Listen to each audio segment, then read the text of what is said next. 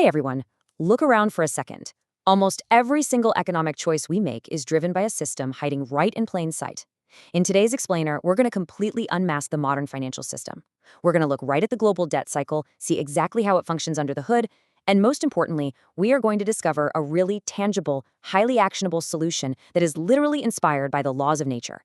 So get ready, because what we are going to cover today is going to fundamentally change how you view your everyday economic choices. Let me ask you a question that seems, honestly, almost too simple. Where does money actually come from? I mean, most of us picture government printing presses just churning out paper bills, right? But the reality is profoundly different. The modern financial systems we completely rely on are actually built on debt as the primary source of money creation. And here's the crucial part. This creation is controlled largely by private central banks. The money in your pocket, those digits sitting in your bank account, they don't represent some tangible resource in a vault. They represent a promise to pay back debt plus interest. Okay, let's dive into this. If we trace the history of modern finance, we see this really gradual, step-by-step detachment from real, tangible value. Starting way back in the 18th century, we see the rise of transnational banking families, like the Rothschilds. They built these international networks to finance states and wars, basically laying the groundwork for the modern interconnected banking we have today. Fast forward to a massive turning point, August 1971. The U.S. suspends the convertibility of the dollar into gold.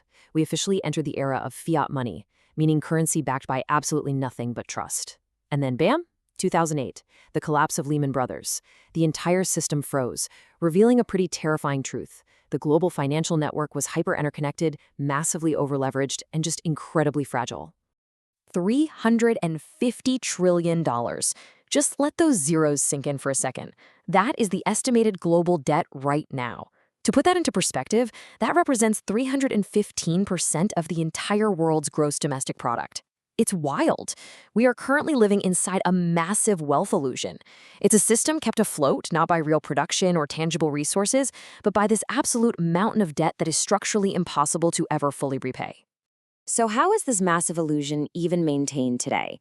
Well, after the 2008 crash, central banks hit the panic button. To avoid a total systemic collapse, they dropped interest rates to near zero and deployed a tool called quantitative easing, or QE. They essentially started creating money digitally, just out of thin air, to buy up government bonds and financial assets. They put the whole system on life support. The result? We entered an era of what you could call assisted capitalism, where the markets became entirely dependent on central banks constantly injecting new artificial liquidity just to survive the week. Now, the real-world consequences of this monetary policy, they affect all of us deeply. When you print money and pump it straight into the financial sector, asset prices completely explode. Real estate and stock markets hit these record highs, and obviously, this leads to extreme wealth concentration, where the people who already own capital get massively richer on paper. But look at the flip side. The real economy suffers. The cost of living and inflation skyrocket, while wages for working people just completely stagnate. This gap is widening every single day, creating deep systemic fragility and real tangible hardship in our communities. We desperately need a way out of this abstract financial trap. And surprisingly, the blueprint for our escape isn't some untested fringe economic theory, it's biology. Think about our current system. It's a linear economy. We extract resources, produce goods, consume them, and then throw them away. It's a dead end. But a circular ecosystem, which is exactly how nature has operated for billions of years, works entirely differently. A resource is transformed, it's used, and then its waste is completely reintegrated back into the system. The value never leaks out. It just changes form. If we look closely at nature's economic blueprint, the inspiration is everywhere. And honestly, it's pretty awe-inspiring. Look at a forest, for example. The waste of one organism is the exact nutrient source for another. Absolutely nothing is lost. Or look at your own body. The human microbiome contains roughly 38 trillion bacteria. They help digest food, produce vitamins, regulate immunity. It's an incredibly complex, decentralized, internal circular economy.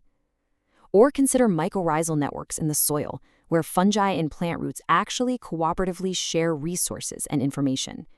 These are highly efficient, symbiotic biological networks. This idea completely upends the central banking model we were just talking about. As the source material beautifully puts it, nature didn't choose domination, it chose dynamic balance. See, in our modern capitalist model, the whole focus is on permanent extractive rivalry, crushing the competition and hoarding resources. But nature teaches us that true systemic resilience actually comes from structural cooperation, diversity, and interdependence. In the natural world, a system that only extracts and never gives back doesn't thrive. It collapses. So how do we actually translate that biological brilliance into a human solution? We create a local business ecosystem. Instead of having isolated businesses fighting each other while relying on super fragile global supply chains, imagine a network of interconnected local businesses intentionally cooperating. They produce, exchange, and support each other within a specific territory. Just like that forest we talked about, they keep the energy, and in this case the economic value, circulating locally. Right now, we are up against massive centralized monopolies that really dominate our daily lives. For example, just a handful of big agro-food companies control roughly 70% of the products you see in a typical supermarket. They get to dictate prices, influence public health, and completely squeeze small farmers. Every single time you buy from them, your wealth leaks completely out of your community and flows directly into the hands of a distant, abstract financial system. But look at what happens when we intentionally close the loop. If a local farmer produces the food, a local artisan transforms it into a finished product, a local shop distributes it, and local services support the logistics, that single dollar you spend doesn't just vanish to a multinational corporation. It changes hands locally 3, 4, even 5 times. This actually increases the velocity of money in your area. Velocity simply means that the exact same dollar generates multiple layers of wealth for different people locally before it ever leaves. The value stays trapped within the community, enriching literally everyone who participates in the network. And this isn't just some utopian theory. It works incredibly well in practice. For instance, in certain Scandinavian industrial zones, businesses have literally integrated their operations so that the residual heat waste from one factory is piped in to provide urban heating for the community. This circular ecosystem-style cooperation has resulted in an astonishing 30 to 40% reduction in energy costs. When you stop treating other businesses as pure rivals and start seeing them as symbiotic partners, the efficiency gains are just massive.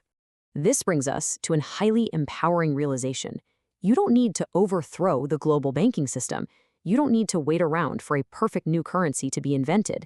The lever of power is already in your hands right now. Every dollar is a vote. Every single economic choice you make either extracts value from your local area to feed the global debt illusion, or it retains value to strengthen your local ecosystem.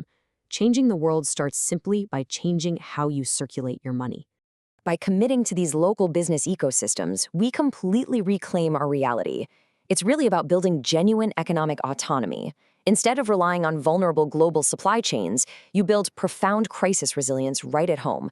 You foster strong local employment, ensure wealth retention within your own neighborhoods, and drastically reduce your dependency on external debt-fueled monopolies. We basically replace the illusion of abstract wealth with the reality of tangible, local prosperity. Think about the very next time you open your wallet. Think about the chain of events that piece of currency is going to trigger.